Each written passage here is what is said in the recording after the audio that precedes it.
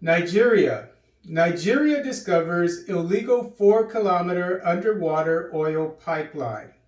Nigerian authorities discovered a 4-kilometer underwater pipeline used for stealing oil.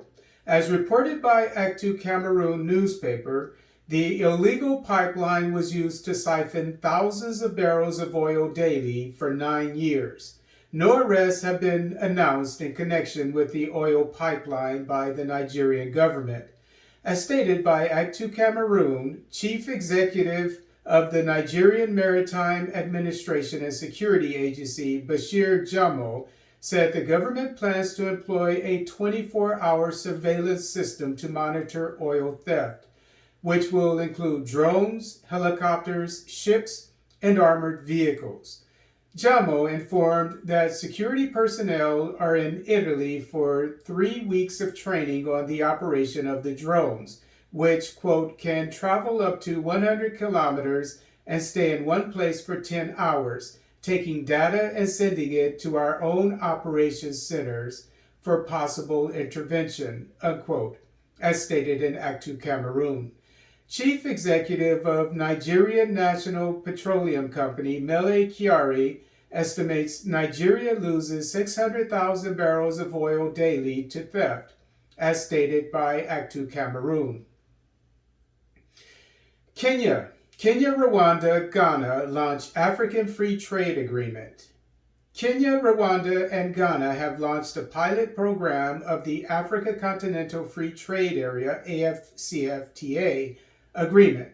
On Friday, September 23, 2022, $77,000 worth of Kenyan-made Exide batteries arrived at the port of Tema in Ghana. This Wednesday, Kenya exported 5 containers of Katepa brand tea to Ghana. Likewise, last Friday, Rwanda flew Igiri brand coffee to the capital of Ghana, Accra, on its national carrier, Rwandair. AfCFTA Secretary General Mele commented that in 2015, Africa exported $6 million of unprocessed coffee and tea, while the annual global coffee and tea market is $100 billion, as reported by the East African newspaper. Many observed, quote, the processing and repackaging is done elsewhere outside our continent, and you can see the losses in the value chain, unquote. The 6 nations chosen to participate in the AfCFTA pilot program are Cameroon, Egypt, Ghana, Mauritius, Rwanda, and Tanzania. Djibouti, 7 Djiboutian soldiers killed by terrorists on military base.